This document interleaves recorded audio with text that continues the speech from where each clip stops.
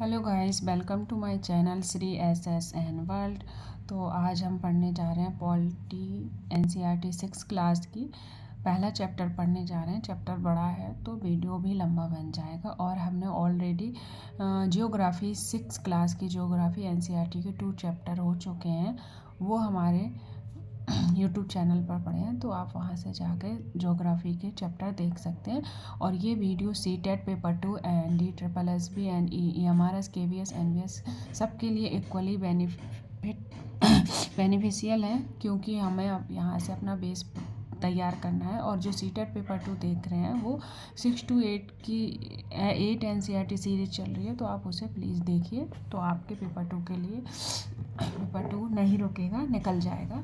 तो चलो मैं टाइम वेस्ट ना करते हुए अपना टॉपिक स्टार्ट करती हूँ। तो सबसे पहले यहाँ से शुरू करेंगे। ये देखिए, ये आप पिक्चर देख पा रहे होंगे, ठीक है। आपकी उम्र के 3 बच्चों ने ऊपर दिए गए चित्र बनाए हैं। खाली बक्से में आप अपने चित्र बनाइए। जो खाली बक्से हैं आप अपने चित्र बनाइए। क्या आपका चित्र अन्य चित्रों जैसा ही है? हो सकता है कि आपका चित्र इन तीनों से बहुत भिन्न हो, जैसे कि ये तीनों चित्र भी आपस में एक दूसरे से नहीं मिलते हैं। इसीलिए कि हम सबका चित्रकारी करने का अपना अपना एक तरीका होता है। जिस तरह हमारी चित्रकारी भिन्नता है, उसी तरह हमारे रूप, रंग, खान पान आदि में भी भिन्नता है। तो चैप्टर का नाम ही हमारा क्या है? विविधता की समझ। जो हमारे अंदर डाइवर्सिटी है, तो उसकी समझ विकसित करने के लिए चैप्टर बनाया गया है। तो बच्चों को हम कैसे पढ़ाएंगे, ठीक है। तो उन्होंने बताया कि जिस तरह से हमारी चित्रकारी करने का तरीका अलग अलग है, हम एक जैसी चित्रकारी नहीं करते, अलग अलग है। उसी तरह हमारे देश में खान पान, रंग ये सब चीज़ें अलग अलग पाई जाती हैं, ठीक है। तो जो जनपद की भीड़ भाड़ वाले चौराहे की यहाँ से अपनी अध्यापिका की सहायता से यह पता कीजिए कि आप में से कितने साथियों के जवाब एक जैसे हैं। क्या कक्षा में कोई ऐसा साथी भी है जिसकी सूची आपकी सूची से हूबहू मिलती हो? हूबहू मतलब सेम हो? शायद नहीं हो। हालांकि ऐसा होगा कि कई साथियों के कुछ जवाब आपके जवाब से मिलते जुलते होंगे। कितने साथियों को आप जैसी किताब पढ़ना पसंद है? आपकी कक्षा के विद्यार्थी कुल मिलाकर कितनी भाषाएं बोलते हैं? इनसे अब तक आपको यह अंदाजा हो गया है कि कई मामलों में आप अपने साथियों की तरह हैं और कई मामलों में आप उनसे बिल्कुल अलग हैं। एनसीईआरटी है, तो एनसीईआरटी खुद क्वेश्चन कर रही है कि अपने बच्चों से ये पूछिए, अपने बच्चों से ये पूछिए, अपने दोस्तों से ये पूछिए, ठीक है। और तो दोस्ती करना क्या है? क्या ऐसे इंसान से दोस्ती करना आपके लिए आसान होगा जो आपसे बहुत भिन्न है? नीचे दी गई कहानियों को पढ़ें, इस बारे में सोचें। तो मैंने इसे एक मजाक की तरह लिया, मजाक जो कि फटे पुराने कपड़े पहने उस छोटे से लड़के के लिए था, जो जनपद के भीड़ भाड़ वाले चौराहे की लाल बत्ती पर अखबार बेचता था। मैं जब भी वहां से साइकिल से गुजरता, वह अंग्रेजी का अखबार हाथ में लहराते हुए मेरे पीछे भागता और उस दिन की सुर्खियों को हिंदी अंग्रेजी के मिले जुले शब्दों में चिल्लाकर सुनाता। इस बार मैं पटरी के सहारे रुका और मैंने उसे हिंदी का अखबार मांगा। उसका मुँह खुला का खुला रह गया। उसने पूछा, मतलब आपको हिंदी आती है? बिल्कुल, मैंने अखबार के पैसे देते हुए कहा। क्यों, तुमने क्या सोचा? वह रुका, पर आप लगते तो बड़े अंग्रेज हैं। वह बोला, मतलब कि आप हिंदी पढ़ भी सकते हैं? हाँ, बिल्कुल पढ़ सकता हूँ। इस बार मैं थोड़ा अधीर होते हुए बोला, मैं हिंदी बोल सकता हूँ, पढ़ सकता हूँ, लिख भी सकता हूँ। मैंने स्कूल में दूसरे सब्जेक्ट विषय के साथ हिंदी पढ़ी है। ये दो लोग हैं, ये बात कर रहे हैं, ये अखबार बेच रहा है, ये स्कूल में पढ़ता है। तो ये इससे कहता है कि आप हिंदी पढ़ सकते हो? तो इसने कहा कि हाँ, मैं हिंदी पढ़ सकता हूँ, बोल सकता हूँ और लिख भी सकता हूँ।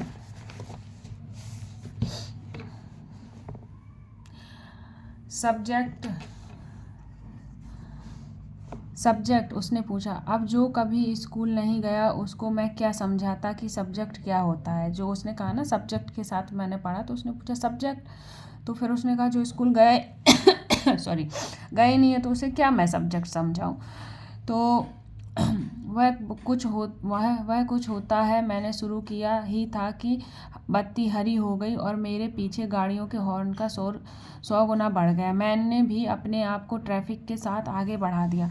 अगले दिन वह फिर से वहाँ पर था। वह मुस्कुरा रहा था और मेरी तरफ हिंदी का अखबार बढ़ाते हुए उसने कहा, भैया आपका अखबार, आप बताइए ये सब्जेक्ट क्या चीज़ है। तो जो बात अधूरी रह गई थी उसकी कल, तो उसने आज पूछा। अंग्रेजी का यह शब्द उसकी जबान पर अजीब लग रहा था। ऐसा लगा मानो अंग्रेजी में सब्जेक्ट शब्द का जो दूसरा अर्थ है प्रजा, उस अर्थ में वह उसका प्रयोग कर रहा है, यानी कि सब्जेक्ट और सब्जेक्ट। ठीक है। ओह, यह कुछ पढ़ाई लिखाई से संबंधित है, मैंने कहा। उसके बाद चूंकि बत्ती लाल हो गई थी, सो मैंने पूछा, तुम कभी स्कूल गए हो? कभी नहीं, उसने जवाब दिया। फिर बात बढ़ाते हुए उसने गर्व से कहा, मैं जब इतना ऊंचा था तभी से मैंने काम करना शुरू कर दिया था। उसने मेरी साइकिल की गद्दी के बराबर अपने आप को नापा। पहले मेरी माँ मेरे साथ आती थी, लेकिन अब मैं अकेला ही रहता हूँ। अभी तुम्हारी माँ कहाँ है? उसने पूछा, जो पढ़ता था बच्चा। मैंने पूछा, पर तब तक हरी बत्ती हो गई और मैं चल पड़ा। मैंने उसे अपनी पीछे कहीं से चिल्लाते हुए सुना, वह मेरठ में है। और उसके साथ बाकी ट्रैफिक के शोरगुल में मैं डूब गया। मेरा नाम समीर है, उसने अगले दिन कहा और बड़े शर्माते हुए मेरा नाम पूछा। आपका नाम क्या है? तो बड़े आश्चर्य की बात थी कि मेरी साइकिल डगमगाई। मेरा नाम भी समीर है, मैंने बताया। क्या उसकी आंखें एकदम से चमक उठी? हाँ, मैंने मुस्कुराते हुए कहा। तुम्हें पता है समीर का अर्थ होता है हवा, पवन। और पवन पुत्र कौन है जानते हो? तो ना, कौन है? हनुमान।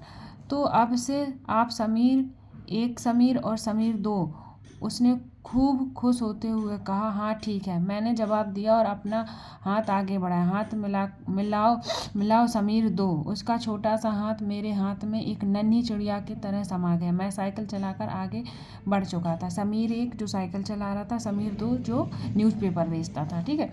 पर उसके हाथ की गर्माहट अब तक महसूस कर रहा था। अगले दिन उसके चेहरे पर उसकी चिर परिचित मुस्कान नहीं थी। मेरठ में बड़ी गड़बड़ हो गई है, उसने कहा। वहाँ दंगों में बहुत लोग मारे गए हैं। मैंने मुख्य अखबार की सुर्खियों की तरफ देखा। बड़े बड़े अक्षरों में लिखा था, सांप्रदायिक दंगे। लेकिन समीर, मैंने शुरू किया ही था। मैं मुस्लिम समीर हूँ, वह बोल पड़ा। और मेरे सभी लोग मेरठ में हैं। उसकी आंखें भर आईं। जब मैंने उसके कंधे पर हाथ रखा तो उसने नज़र ऊपर उठाई। समीर एक और समीर दो में कोई 3 अंतर लिखिए। क्या ये अंतर उन्हें दोस्त बनने से रोक पाएंगे? तो ये क्वेश्चन देखो एनसीईआरटी ने पुट किया है ना, कि समीर एक और समीर दो में 3 अंतर लिखिए, और क्या ये अंतर समीर एक और समीर दो की दोस्ती को बनने से रोक पाएंगे?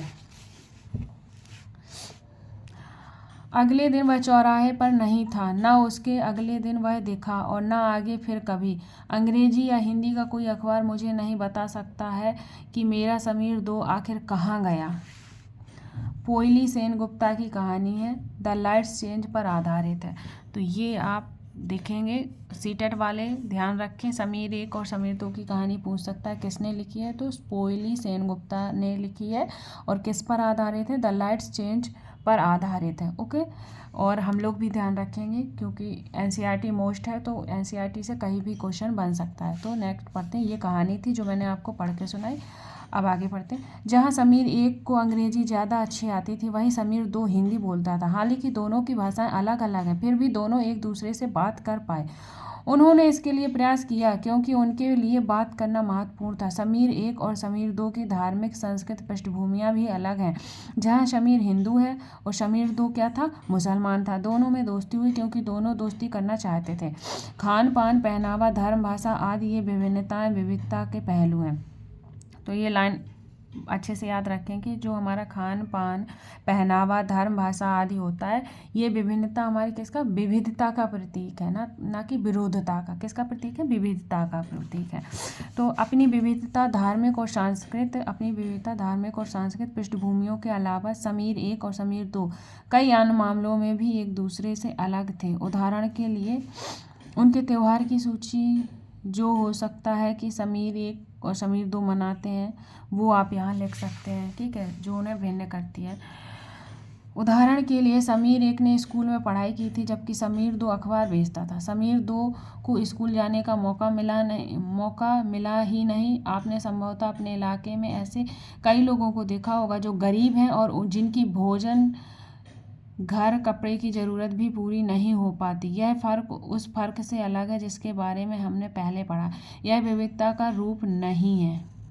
ठीक है, विविधता का रूप क्या है? हमें एक दूसरे से जो अलग करती है, हमारा खान पान, हमारा पहनावा, हमारे रीति रिवाज, हमारे त्यौहार, ये अलग अलग होते हैं, वो विविधता होते हैं।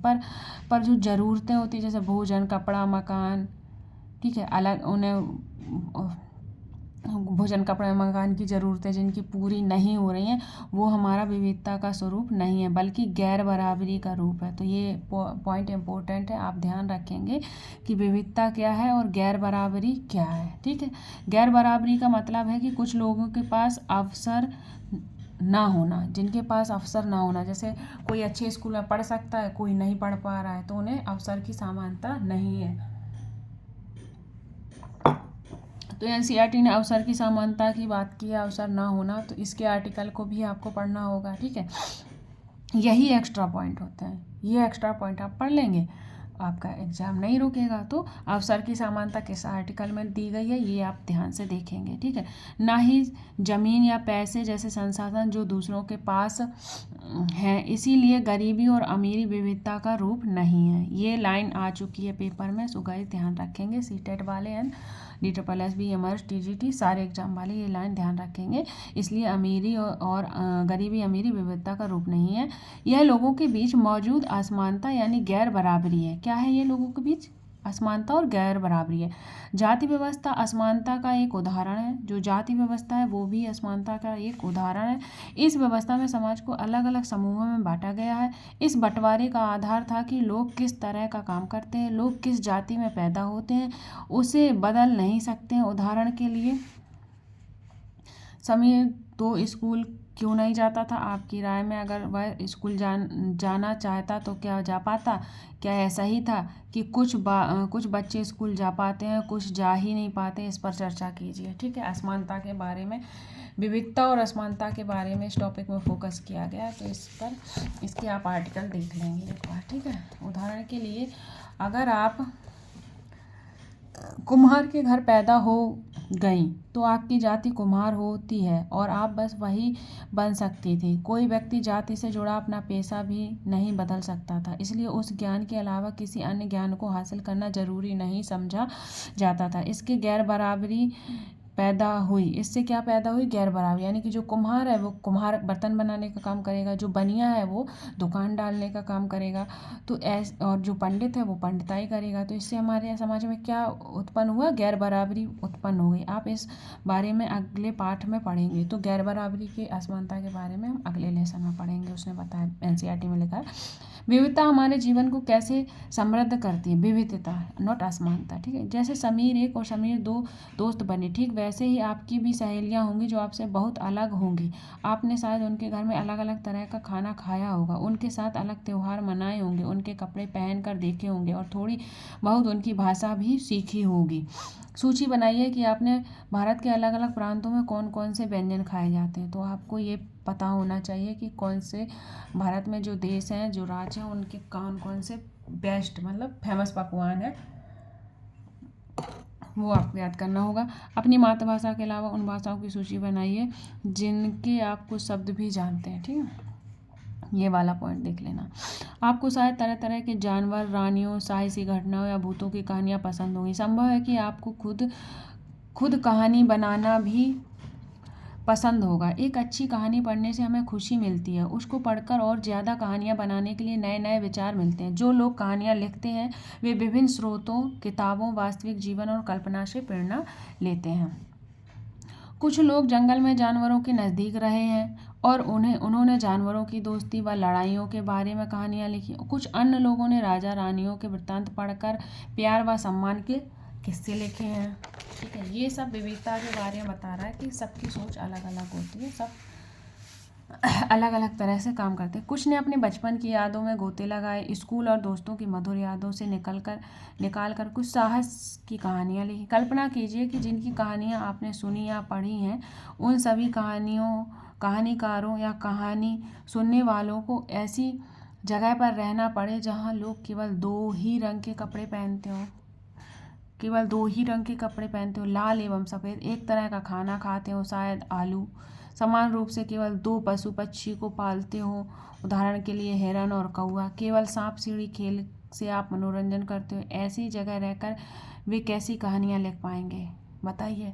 जब जब हमारे पास संसाधन ही नहीं होगा, जिनके बारे में हम जानते ही नहीं है, तो हमारी कहानियाँ क्या होंगी? कुछ नहीं होंगी कहानियाँ। ठीक है, तो इसी तरह विविधता भी जरूरी है। हमारे देश में विविधता है तो हमारे देश में हर तरह की कहानियाँ, किस्से भी हैं। ये देखिए क्या लिखा है। मान लीजिए कि आप एक चित्रकार या कहानीकार हैं जो इस जगह पर रहती हैं। ऐसी जगह का जीवन पर एक कहानी लिखिए या चित्र बनाइए। क्या आप सोचती हैं कि आपको ऐसी जगह में रहने में मज़ा आएगा? उन 5 चीज़ों की सूची बनाइए जिनकी कमी ऐसी जगह में सबसे ज़्यादा खलेगी। ठीक है, ऐसी जो ये जगह बताई है, इन जगहों में आपको कोई 5 चीज़ें बताइए जो आपको खलेंगी। ठीक है। भारत में विविधता। अब भारत में विविधता की बात करेंगे। भारत विविधताओं का देश है। भारत कैसा है? भारत विविधताओं का देश है। हम विभिन्न भाषाएं बोलते हैं, विभिन्न प्रकार का खाना खाते हैं, अलग अलग त्यौहार मनाते हैं और भिन्न भिन्न धर्मों का पालन करते हैं। भारत के लोग विविध तरीकों से नीचे लिखे काम करते हैं। यहाँ उनमें से एक तरीका बताया गया है, 2 तरीके और लिखिए। प्रार्थना, इबादत, भक्ति गीत गाना। और मुस्लिम क्या करते हैं, ईसाई क्या करते हैं? शादी करना। एक तो अदालत में रजिस्टर दस्तखत करके, एक आपको पता है, तो ये पूरा करना है, तो ये हमें नहीं करना है। ठीक है। तो भारत कैसा देश है? भारत विविधताओं का देश है। यहाँ पे अलग अलग भाषा, बोली, त्यौहार मनाए जाते हैं। भिन्न भिन्न धर्मों का पालन करते हैं। लेकिन गहराई से सोचें तो वास्तव में हमें एक ही तरह की चीज़ें करते हैं, केवल हमारे करने के तरीके अलग हैं। ये बात सही है। पूजा हम करते हैं, पूजा मुस्लिम करता है, पूजा सिख करता है, ईसाई करता है, पर हम लोगों के तरीके अलग अलग हैं। ठीक है। हम विविधता को कैसे समझें? ठीक है। अभी तक एनसीईआरटी हमें कहानी के माध्यम से हर चीज़ समझा रही थी, आगे भी कहानी के माध्यम से ही समझाएगी। तो ध्यान से सुनिए। आप कहेंगे ये क्या कहानियाँ हैं, पर इसमें बहुत सी, ये कहानियों के माध्यम से इसलिए समझाया जाता है कि हमारे माइंड में रहे। तो इसमें एक पॉइंट तो ये निकला कि हमारा देश विविधताओं का देश है और गरीबी अमीरी हमारा विविधता का पार्ट नहीं है, बल्कि असमानता का पार्ट है। खान पान, रहन सहन, ये हमारी विविधता के पार्ट है। ठीक है। करीब 2-2.25 वर्ष पहले जब रेल, हवाई जहाज, बस, कार हमारे जीवन का हिस्सा नहीं थे, तब भी लोग संसार के एक भाग से दूसरे भाग की यात्रा करते थे। वे पानी के जहाज में घोड़ों या ऊँट पर बैठकर जाते या फिर पैदल चलकर जाते थे। अक्सर ये यात्रा खेती और बचने के लिए नई ज़मीन की तलाश में या फिर व्यापार के लिए की जाती थी। चूँकि यात्रा में बहुत समय लगता था, इसलिए लोग नई जगह पर अक्सर काफ़ी लंबे समय तक ठहर जाते थे। इसके अलावा सूखे और अकाल के कारण भी कई बार लोग अपना घर बार छोड़ देते थे। उन्हें जब पेट भर खाना नहीं मिलता था तो वे नई जगह जाकर बस जाते थे। कुछ लोग काम की तलाश में और कुछ युद्ध के कारण घर छोड़ देते थे। लोग जब नई जगह में बसना शुरू करते थे तो उनके रहन सहन में थोड़ा बदलाव आ जाता था। कुछ चीज़ें वे नई जगह की अपना लेते थे और कुछ चीज़ों में वे पुराने ढर्रे पर ही चलते रहते। इस तरह उनकी भाषा, भोजन, संगीत, धर्म में नए पुराने का मिश्रण होता रहा। उनकी संस्कृति और नई जगह की संस्कृति में आदान प्रदान होता और धीरे धीरे एक मिश्रित यानी मिली जुली संस्कृति उभरी। तो मिली जुली संस्कृति कैसे उभरी? यानी कि पहले तो हमारे पास व्हीकल्स नहीं थे। हम लोग, जैसा कि उसमें बताया, घोड़े ऊँट से जाते थे। तो अगर एक जगह से दूसरी जगह जा रहे हैं तो वहाँ हम काफ़ी लंबे समय तक ठहरते थे। तो वहाँ की बोली भाषा हम ग्रहण कर लेते थे, कुछ नई चीज़ें सीख लेते थे और कुछ पुरानी चीज़ों के सहारे रहते थे। तो कुछ सूखा पड़ जाता था तो हम अपना देश या घर छोड़ते थे, देश नहीं, अपना जो क्षेत्र है वो छोड़कर दूसरी जगह जाते थे। इस तरह से हमने ये मिली जुली संस्कृति पाई यहाँ से वहाँ जाने में। ठीक है, ट्रैवल करने में। अगर अलग अलग क्षेत्रों का इतिहास देखें तो हमें पता चलेगा कि इस तरह विभिन्न सांस्कृतिक प्रभावों ने वहाँ के जीवन और संस्कृति को आकार देने में योगदान किया है। इस तरह से कई क्षेत्र अपनी विशिष्ट इतिहास के कारण विविधता संपन्न हो जाते थे। ठीक इसी प्रकार लोग अलग अलग तरह की भौगोलिक स्थितियों से किस प्रकार सामंजस्य बैठाते हैं, उससे भी विविधता उत्पन्न होती है। उदाहरण के लिए समुद्र के पास रहने में और पहाड़ी इलाकों में रहने में बड़ा फर्क है। न केवल वहाँ के लोगों के कपड़ों और खान पान की आदतों में फर्क होगा, बल्कि जिस तरह वे का काम वे करेंगे वो भी अलग होंगे। शहर में अक्सर लोग यह भूल जाते हैं कि उनका जीवन उनके भौतिक वातावरण से किस तरह गहराई से जुड़ा हुआ है। ऐसा इसलिए कि शहर के लोग विरले ही अपनी सब्जी या अनाज उगाते हैं। वे इन चीज़ों के लिए बाजार पर निर्भर रहते हैं। आइए भारत के दो भागों यानी कि लद्दाख और केरला के बारे में बात करें। ध्यान से सुनना, यहाँ से क्वेश्चन बनता है। ठीक है, लद्दाख और केरला के उदाहरण के जरिए समझने की कोशिश करें कि किसी क्षेत्र की विविधता पर उसके ऐतिहासिक और भौगोलिक कारकों का क्या असर पड़ सकता है। एटलस में भारत का नक्शा देखिए और उसमें ढूंढिए कि ये दोनों क्षेत्र लद्दाख केरला कहाँ पर हैं। इन दोनों क्षेत्रों की भौगोलिक स्थितियाँ वहाँ के भोजन, कपड़े, व्यवसाय, पेशे को कैसे प्रभावित करती है, उनकी सूची बनाई है। तो गाइस मैं कुछ दिन में एटलस पे वीडियो बनाऊंगी कि मानचित्र कैसे रीड करें, कैसे फिल करें, मैप कैसे बनाएं, इस पर मैं वीडियो बनाऊंगी कुछ दिन में, तो आप देख लेंगे। ठीक है, आगे बढ़ते हैं। लद्दाख के बारे में पढ़ें। लद्दाख जम्मू और कश्मीर के पूर्व में पहाड़ियों में बसा एक रेगिस्तान इलाका है। तो ये लाइन ध्यान रखेंगे, लद्दाख कहाँ है? जम्मू और कश्मीर की पूर्व में, पूर्वी पहाड़ियों में। ठीक है, यहाँ पश्चिमी लिख देगा और आप टिक करके आ जाओगे, गलत हो जाएगा, ध्यान रखना। पूर्व की पहाड़ियों में बसा एक रेगिस्तानी इलाका है। लद्दाख रेगिस्तानी इलाका, ठंडा रेगिस्तान है ये। यहाँ पर बहुत ही कम खेती संभव है क्योंकि इस क्षेत्र में बारिश बिल्कुल नहीं होती है और यह इलाका हर वर्ष काफ़ी लंबे समय तक बर्फ से ढका रहता है। इस क्षेत्र में बहुत ही कम पेड़ उगते हैं। पीने के पानी के लिए लोग गर्मी के महीनों में पिघलने वाली बर्फ़ पर निर्भर रहते हैं। ये इंपॉर्टेंट टॉपिक है, यहाँ से ध्यान से पढ़ना। ठीक है, तो क्या है?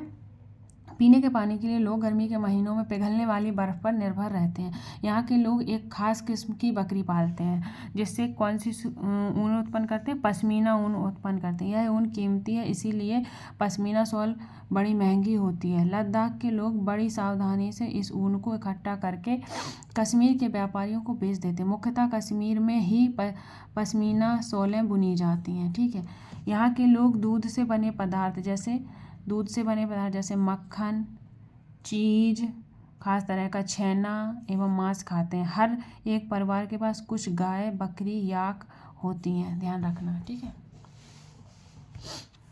रेगिस्तान होने का यह मतलब नहीं है कि व्यापारी यहाँ आने के लिए आकर्षित नहीं हुए। लद्दाख तो व्यापारियों के लिए एक अच्छा रास्ता माना गया क्योंकि यहाँ कई घाटियाँ हैं जिनसे गुजरकर मध्य एशिया के काफ़िले इस इलाके में पहुँचते हैं, जिसे आज तिब्बत कहते हैं। ठीक है, तिब्बत कैसे कहते हैं? जहाँ से लोग मध्य एशिया के काफ़िले यहाँ पहुँचते हैं, जिसे आज क्या कहते हैं? तिब्बत। ये काफ़िले अपने साथ मसाले, कच्चे रेशम, दरिया आदि लेकर चलते हैं। क्या चलते हैं? मसाले, कच्चे रेशम और दरिया। लद्दाख के रास्ते में बौद्ध धर्म तिब्बत पहुंचा। तो लद्दाख के रास्ते से ही बौद्ध धर्म कहाँ पहुंचा? तिब्बत। ध्यान रखना, नहीं लद्दाख लिख दे और आप टिक कराओ, गलत हो जाएगा। लद्दाख को छोटा तिब्बत भी कहा जाता है। ठीक है, लद्दाख को क्या कहते हैं? छोटा तिब्बत भी कहते हैं। करीब 400 साल पहले यहाँ पर लोग इस्लाम धर्म से परिचित थे। कितने साल पहले? 400 साल पहले किससे परिचित थे? इस्लाम धर्म से परिचित थे। अब यहाँ अच्छी खासी संख्या में मुसलमान रहते हैं। लद्दाख में गानों और कविताओं का एक बहुत ही समृद्ध मौखिक संग्रह है। लद्दाख में गानों, कविताओं का एक बहुत ही समृद्ध मौखिक संग्रह है। तिब्बत का ग्रंथ केसर सागा, कौन सा? तिब्बत का है ग्रंथ। कहाँ का ग्रंथ है केसर सागा? तिब्बत का। लद्दाख में काफ़ी प्रचलित है। उसके स्थानीय रूप को मुसलमान और बौद्ध दोनों ही लोग गाते हैं। ठीक है, जो केसर सागा है वो तिब्बत का ग्रंथ है। इसे मुसलमान और मुसलमान और बौद्ध दोनों ही गाते हैं और उस पर नाटक खेलते हैं। ठीक है, अब बात करते हैं हम केरला की। अभी हमने बात की थी लद्दाख की। ठीक है, भारत के दक्षिण पश्चिमी कोने में बसा हुआ राज्य है। कौन से कोने में? दक्षिण पश्चिम कोने में। जब मैं मैप करवाऊंगी तो आपको मैं बता दूंगी, मैप लेकर रखना, फिर मैप फिल किया करेंगे हम लोग, जिससे हम मैप की अंडरस्टैंडिंग बन जाएगी। ज्योग्राफी आगे चलकर हम ना आधे से ज़्यादा सारी ज्योग्राफी हमारी किससे रिलेटेड है? मैप से। तो वो मैप हम लोग बाद में करेंगे, पहले हम एनसीईआरटी रीड करते हैं। ठीक है, केरल भारत के दक्षिण पश्चिम कोने में बसा हुआ राज्य है। यह एक तरफ समुद्र से घिरा हुआ है, ध्यान रखना, एक तरफ समुद्र से घिरा हुआ है और दूसरी तरफ किससे घिरा है? पहाड़ियों से घिरा है। अगर क्वेश्चन बनता है कि ये आ जाए कि केरल एक तरफ पहाड़ियों से घिरा है, दूसरी तरफ समुद्र से, तो सही होगा। अगर क्वेश्चन में ये लिख के आ जाए कि केरल चारों तरफ पहाड़ियों से या चारों तरफ समुद्र से घिरा है, तो ये रॉन्ग हो जाएगा। ठीक, ऐसे ही क्वेश्चन बनते हैं, सो ध्यान से पढ़ना। इन पहाड़ियों पर विविध प्रकार के मसाले जैसे काली मिर्च, लौंग, इलायची आदि उगते हैं। ध्यान रखना, काली मिर्च, लौंग, इलायची आदि उगते हैं। इन मसालों के कारण एक क्षेत्र व्यापारियों के लिए बहुत ही आकर्षक बना है। सबसे पहले अरबी एवं यहूदी व्यापारी केरल आए थे। सबसे पहले कौन से व्यापारी केरल आए थे? अरबी और यहूदी व्यापारी केरल आए थे। ऐसा माना जाता है कि ईसा मसीह के धर्मदूत संत थॉमस, ईसा मसीह के कौन से दूत? धर्मदूत। कौन से? संत थॉमस लगभग 2000 साल पहले यहाँ आए थे। भारत में ईसाई धर्म लाने का श्रेय उन्हें ही जाता है। किन्हें जाता है? संत थॉमस को जाता है भारत में ईसाई धर्म लाने का श्रेय। अरब से कई व्यापारी यहाँ आकर बस गए। इब्न बतूता ने तो करीब 700 साल पहले यहाँ आए। इब्न बतूता कब आया? 700 साल पहले। और ईसा मसीह का धर्मदूत थॉमस कब आया? 2000 साल पहले। ध्यान रखना, 2000 साल पहले संत थॉमस आया था और 700 साल पहले इब्न बतूता आया था। अपने यात्रा वृत्तांत में मुसलमानों के जीवन का विवरण देते हुए लिखा है कि मुसलमान समुदाय ही यहाँ बड़ी इज्जत थी। मुसलमान समुदाय की यहाँ बड़ी इज्जत थी। कहाँ? केरला में। ठीक है। वास्को डी गामा पानी के जहाज से यहाँ पहुँचा। वास्को डी गामा पानी के जहाज से यहाँ पहुँचे तो पुर्तगालियों ने यूरोप से भारत तक का समुद्री रास्ता जाना। वास्को डी गामा आया था सबसे पहले भारत समुद्री रास्ते से, तब यूरोप पुर्तगालियों को पता चला कि ये भी रास्ता है, समुद्री मार्ग से आने जाने का रास्ता। इन सभी ऐतिहासिक प्रभावों के कारण केरल के लोग विभिन्न धर्मों का पालन करते हैं, जिनमें यहूदी, इस्लाम, ईसाई, हिंदू, बौद्ध धर्म शामिल है। चीन के व्यापारी भी केरल आए। ठीक है। यहाँ पर मछली पकड़ने के लिए जो जाल इस्तेमाल किया जाता है वे चीनी जालों से हूबहू मिलते हैं। ये पॉइंट इन दो केरल और लद्दाख के टॉपिक से क्वेश्चन बनता ही बनता है, सो प्लीज़ ध्यान से पढ़ें। और हाँ, अगर आपको लगता है नहीं बनता है तो एक बार जो मैंने ये फर्स्ट लेसन रीड करवा दिया है विविधता का, आप रीड कर लीजिए। देन आप जाके NCERT filter series by Sunny sir search करेंगे तो वहाँ आपको चैप्टर वाइज क्वेश्चन सॉल्व कराए होंगे उन्होंने, तो उनके क्वेश्चन ये बुक्स रीड करिए और उनके क्वेश्चन लगाइए, आपको पता चल जाएगा मैं सच कह रही हूँ या नहीं कह रही हूँ। ठीक है। तो ये वाली लाइन बहुत इंपॉर्टेंट है। चीनी व्यापारी भी केरल आए थे। ठीक है। हूबहू लाइन उठ के आती है गाइस। यहाँ पर मछली पकड़ने के लिए जो इस्तेमाल किया जाता था वो कैसे? चीनी जालों से हूबहू ही मिलता था। उन्हें क्या कहते थे? चीनी वाला। चीनी जाल, चीनी वाला। तलने के लिए जो बर्तन इस्तेमाल होते थे उसे चीना चट्टी। ठीक है। चट्टी यानी कि चटनी।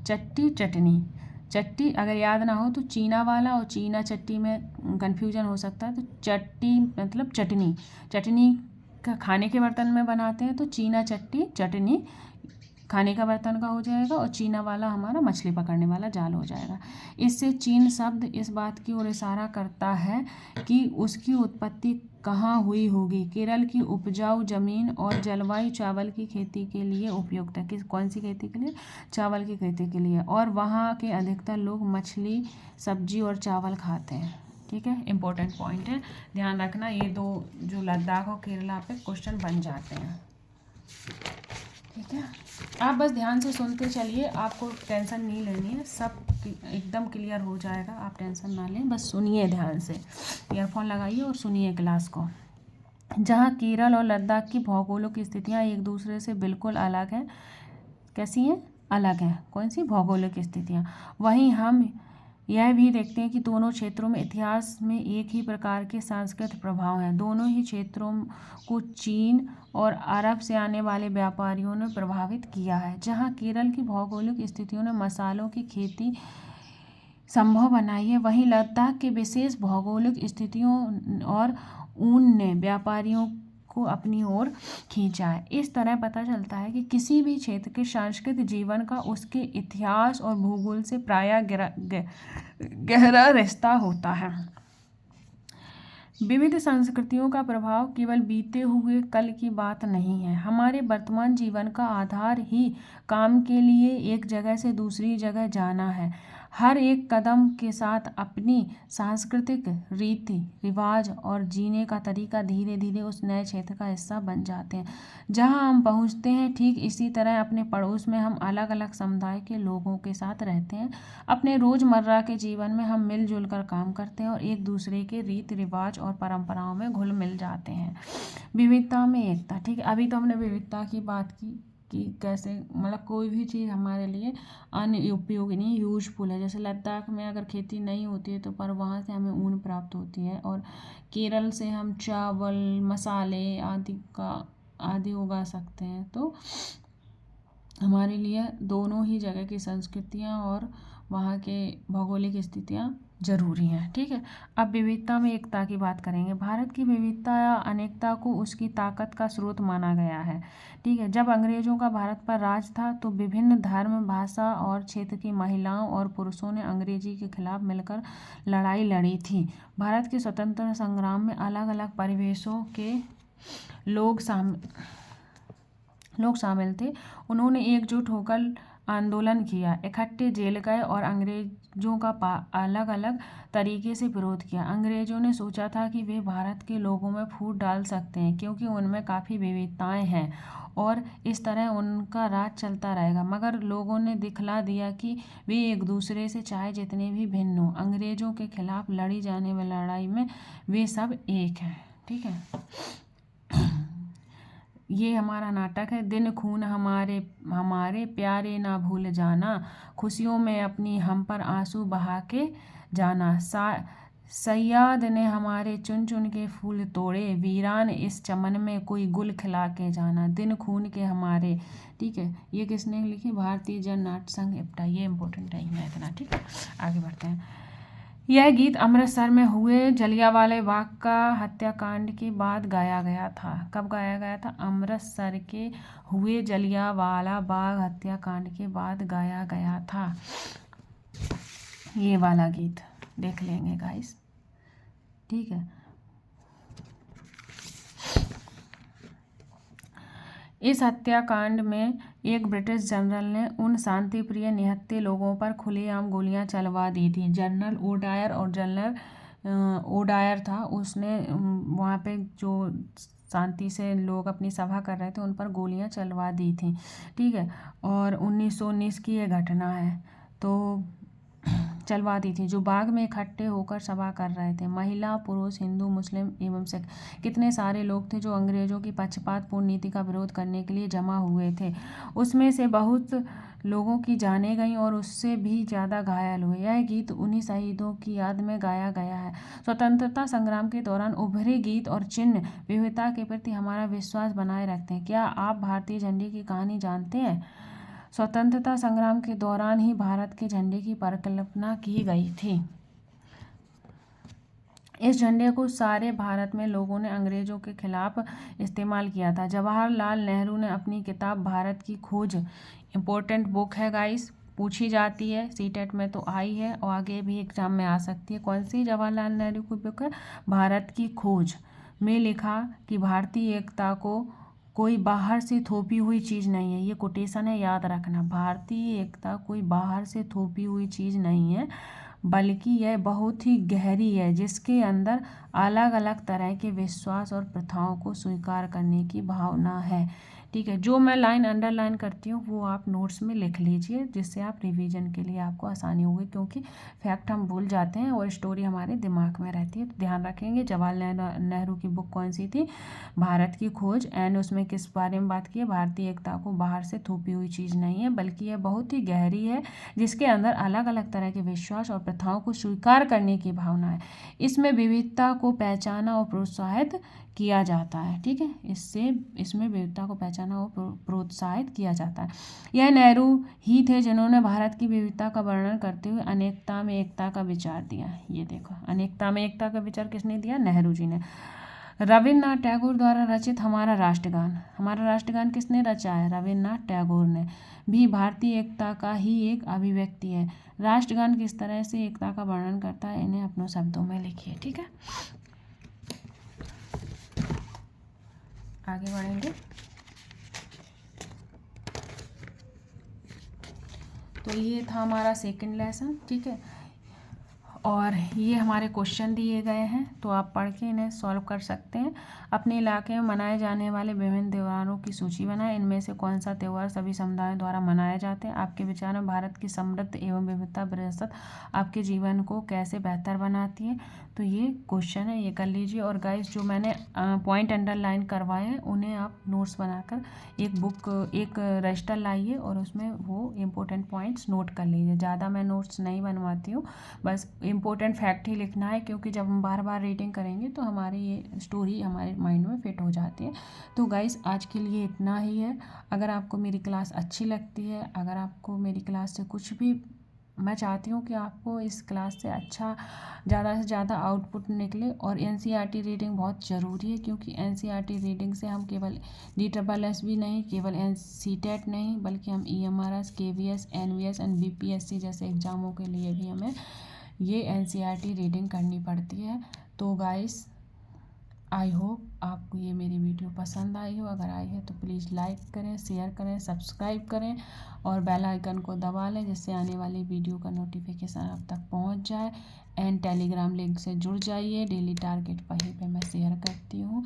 टेलीग्राम लिंक चैनल के डिस्क्रिप्शन बॉक्स में है, वहाँ से देख सकते हो। और जिन्होंने अपना टारगेट नहीं देखा है अभी तक, मेरी स्ट्रेटजी और टारगेट वीडियो नहीं देखी है, तो वहाँ से जाकर देख लीजिए। डेली टारगेट भी पढ़ा है और मंथली टारगेट 16 डेज टारगेट पढ़ा है, जनरल पेपर एंड सब्जेक्ट दोनों का। तो guys, bye bye, take care.